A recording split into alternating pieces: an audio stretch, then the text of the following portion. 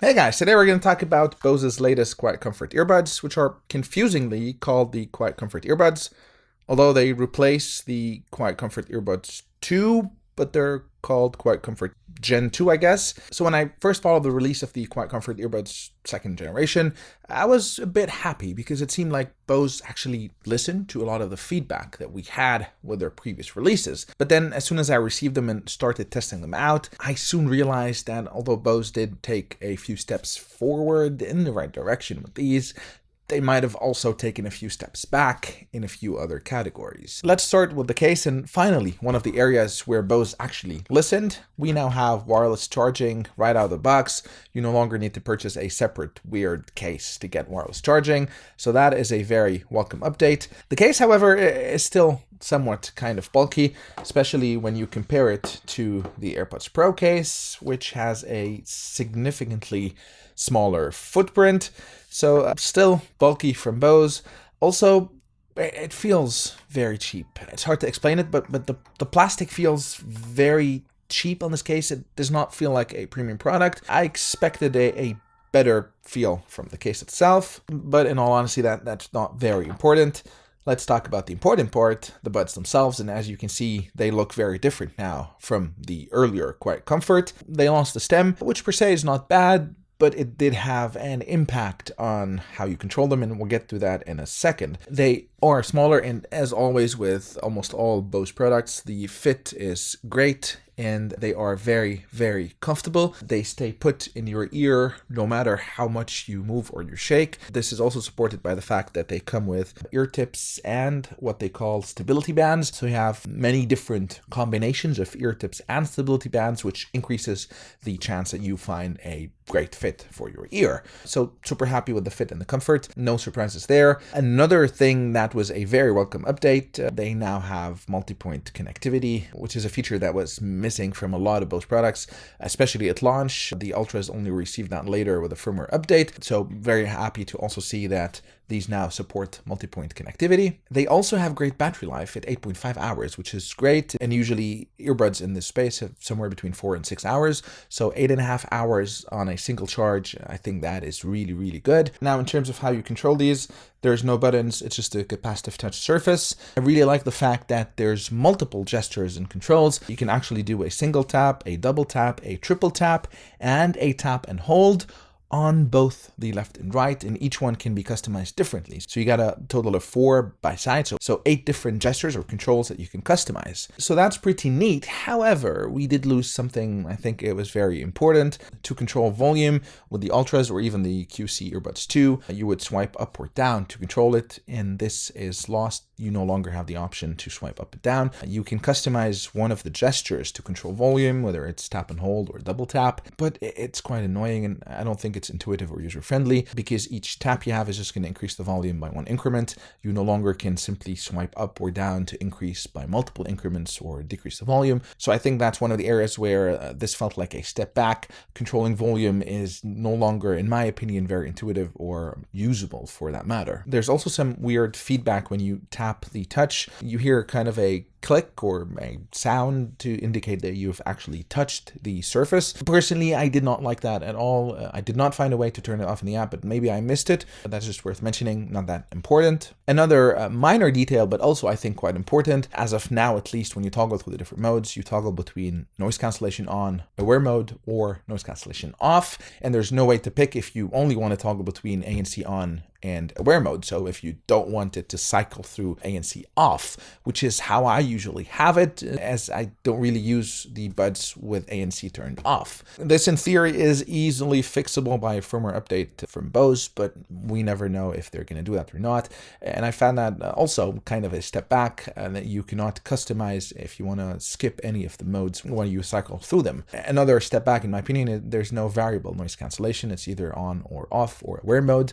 You can not set different levels of noise cancellation, which is also a shame. In terms of the app, Bose has a brand new app specifically for the second gen QuietComfort earbuds, so this will not work with the existing Bose app, which is a bit unfortunate, especially if you have more than one Bose product. You need to use different apps to control them. I'm not a big fan with how the app looks, but it is functional. It's very clean and functional, and you can have everything you can control at that main screen, starting with noise control, and this is where you can toggle between noise control off, quiet to activate noise cancellation, or aware mode, and it shows you what the touch controls are currently set to. So right now, touch and hold is currently assigned to quiet, aware, off, and triple press on the left one is assigned to previous track, double press to next track, and single press to play pause.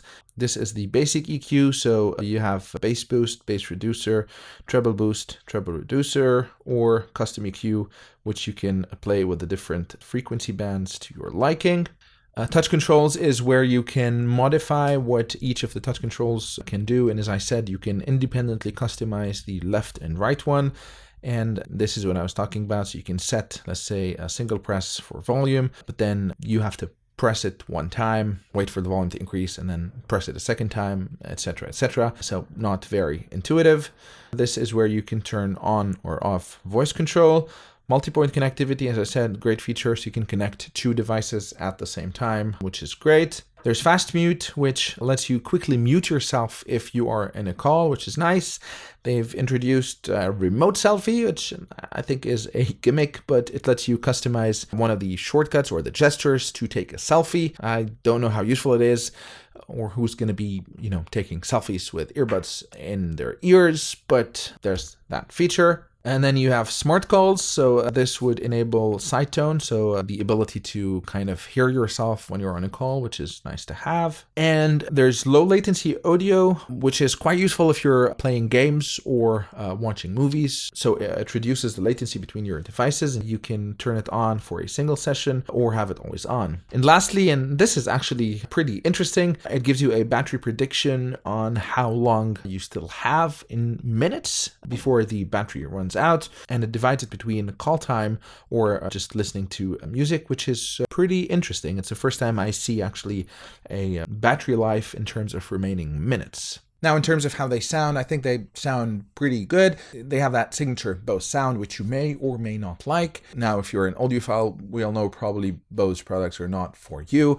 But for the average consumer, I do think they sound really good. And you do have a basic EQ in the app, so you do have the option to slightly customize how they sound to your liking. Unfortunately, there is no high-res audio codec support, but if you're an iPhone user, you anyways don't have that support, so you're not missing out on much. If you're an Android user, you probably have more to lose. There also is no immersive audio at launch, but Bose says it will come later with a firmware update. I can only test what is out there right now and not future promises. So for the time being, I assume there's no immersive audio. Now, in terms of noise cancellation, Bose have always been really great at this, and these are no exception. However, I did feel they're slightly less impressive than the QC Ultras, which is understandable. The Ultras are the flagship premium model, and it does make sense that they have slightly better ANC. But having said that, still the noise cancellation on these is pretty impressive, as is expected from a Bose product. So now let's see how the Bose QuietComfort second generation sound like in a call quality test in a quiet environment. You're actually listening to the audio coming from the Bose QuietComfort, and this is how you would sound like if you're on a phone call in a quiet environment. Now, I am going to introduce a very loud vacuum cleaner in the background. It is kind of a stress test, but just to show you how well these are able to cancel out the sound of a loud vacuum cleaner. And this is what the Bose QuietComfort second generation sounds like in a loud environment with a very loud vacuum cleaner running in the background. Now for the final call quality test, let's head outside to a busy street to see how these would perform in a real-life, busy, noisy environment. And this is what the Bose QC earbuds would sound like if you're having a phone call in a loud and noisy environment. And as you can see, there are cars passing by from all around, and it's quite loud over here. Let me switch to the iPhone's microphone so you can hear how loud it actually is. And this is how loud the environment actually is over here with all the cars passing by. Again, this is the new Bose QC earbuds, and this is how they would sound like in a phone call in a loud and noisy environment. Let me know in the comments section what you thought about the call quality performance of the Bose QC earbuds in a loud environment. The Bose QuietComfort Gen 2 are now available at $179, which incidentally is the same price as the recently released AirPods Pro 4 with noise cancellation, and I will be comparing these to the AirPods Pro 4 next, so if you're interested in seeing that review, make sure you subscribe to my channel to get notified whenever I release that video. I'll put links in the description to the product page of the Bose QuietComfort. These are affiliate links, so if you do decide to purchase them, I would appreciate if you'd go through these links. I may earn a small commission on some qualifying purchases at no extra cost to you. This will greatly help support the channel. Thanks for watching. If you liked the video, please hit the like button and consider subscribing to my channel, as this encourages me to continue producing content. Until next time, cheers.